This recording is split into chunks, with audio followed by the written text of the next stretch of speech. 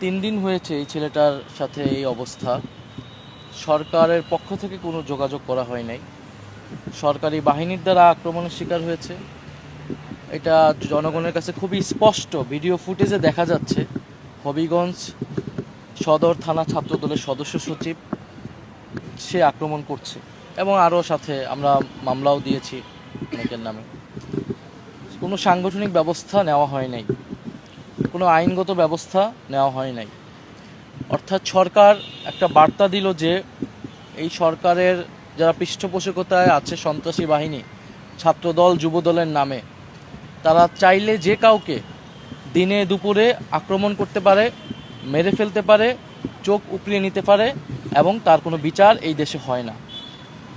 এবং দেশে যে আইনের শাসন নাই এটাই প্রতিমান হয়েছে। এবং যখন আমরা তার বিরুদ্ধে, এই ঘটনার বিরুদ্ধে আমরা প্রতিবাদ কর্মসূচি দিচ্ছি, তখন সেই কর্মসূচিতে, গণতান্ত্রিক কর্মসূচিতে সরকারি দল আবারও বাধা দিচ্ছে। আমরা যখন হবিগঞ্জে আমরা গিয়েছিলাম তখন আমরা দেখেছিলাম প্রায় 1000-এর উপরে সন্ত্রাসী বাহিনী, যাদের হাতে দা, কুড়াল ইত্যাদি দেশীয় অস্ত্রশস্ত্র।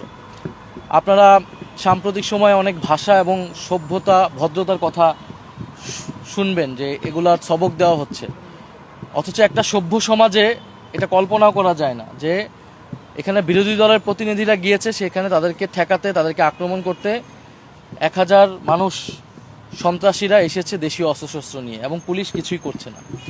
ফলে এই হচ্ছে দেশের সামগ্রিক চিত্র। এখানে ঢাকা শহরে বসে সংসদে অনেক সুন্দর সুন্দর ভালো ভালো কথা বলে সরকারি দলের এমপিরা, তাদের এলাকায় গেলে আসল চরিত্রটা আসলে বোঝা যায় এবং এলাকায় গেলে এলাকাবাসী আমাদেরকে সেই কথাটা বলে।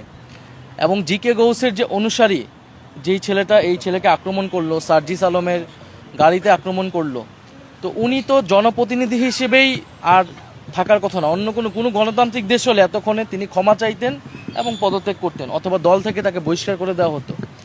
তো তিনি কিভাবে আর জনপ্রতিনিধি থাকেন এটাও আমরা বুঝি না। স্বরাষ্ট্রমন্ত্রী, তার কোনো বক্তব্য নেই। প্রধানমন্ত্রী তিনি স্কুলের বাচ্চাদের তার অফিসে ডেকে এনে ছবি তুলছে, সেলফি তুলতেছে।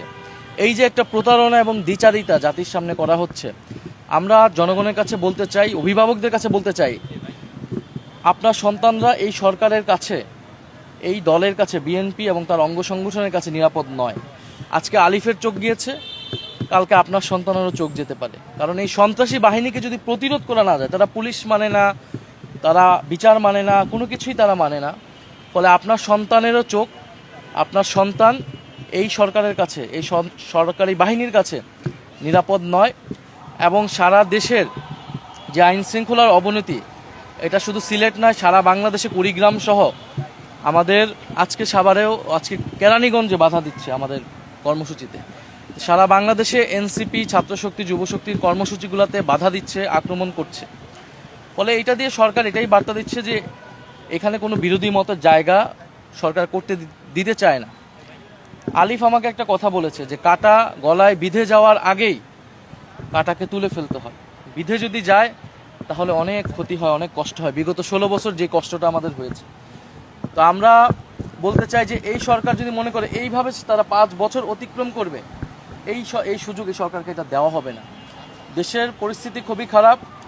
দেশের 70% জনগণের যে রায়, সেই রায়কে অস্বীকার করে একটা সরকার ক্ষমতায় টিকে থাকতে পারে না। টিকে থাকতে হলে অবশ্যই তাকে দমন, পীড়ন, নির্যাতন, নিপীড়নের মাধ্যমে টিকে থাকতে হয়, যেটা আমরা বিগত শেখ হাসিনার সরকারের সময় দেখেছি। এবং আপনারা দেখবেন যে আজকে পেট্রোবাংলা বলেছে যে গ্যাসের দাম বৃদ্ধি করা হবে 16 টাকা থেকে 25 টাকা, বিদ্যুৎ কেন্দ্রে যে গ্যাস এবং যানবাহনের যেই গ্যাস সিএনজি, সেটা আপনার 42 থেকে 65 টাকা করা হবে। এই সরকার মাত্র 5 মাসে, বলে না যে 5 মাসের সরকার, 5 মাসে এসে দফায় দফায় তারা জ্বালানির দাম বৃদ্ধি করেছে, সিলিন্ডার গ্যাসের দাম বৃদ্ধি করেছে, বিদ্যুতের দাম বৃদ্ধি করেছে, এখন গ্যাসের দাম বৃদ্ধি করছে এবং কয়েকদিন পরে আবাসিক এলাকায় যে গ্যাস, সেটার দামও বৃদ্ধি করবে। মানুষের বাসায় এমনি গ্যাস পাচ্ছে না, গ্যাস নাই, কিন্তু তাকে প্রতি মাসে ঠিকই বিল দিতে হচ্ছে।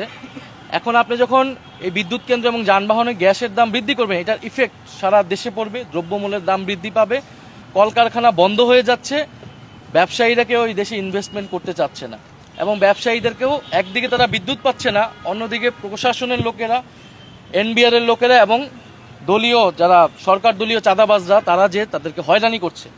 এই যখন সামগ্রিক দেশের পরিস্থিতি, সন্ত্রাস, চাঁদাবাজ এবং দখলদারিত্ব চারিদিকে ছেয়ে গিয়েছে। 12টা প্রতিষ্ঠানে দলীয় লোককে বসিয়েছে, ইলেকশন কমিশন থেকে শুরু করে 12টা প্রতিষ্ঠান। বাংলাদেশের কোনো নজিরই নেই। পদবঞ্চিত নেতাদেরকে মূল্যায়ন করার জন্য তারা রাষ্ট্রকে ব্যবহার করছে, সরকার যন্ত্রকে ব্যবহার করছে। তো এই 5 মাসে সরকারের এই যে আসল রূপ চরিত্র আমরা দেখতে পাচ্ছি, অগণতান্ত্রিক চরিত্র, সন্ত্রাসী চরিত্র আমরা দেখতে পাচ্ছি। তো এইটা জনগণের সামনে উন্মোচিত হয়েছে হবিগঞ্জ এবং সিলেটের ঘটনায়।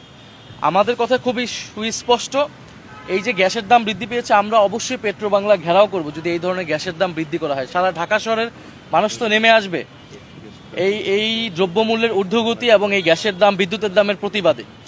এবং সরকার যদি মনে করে যে তারা এইভাবে দেশ পরিচালনা করবে, এটা সম্ভব না।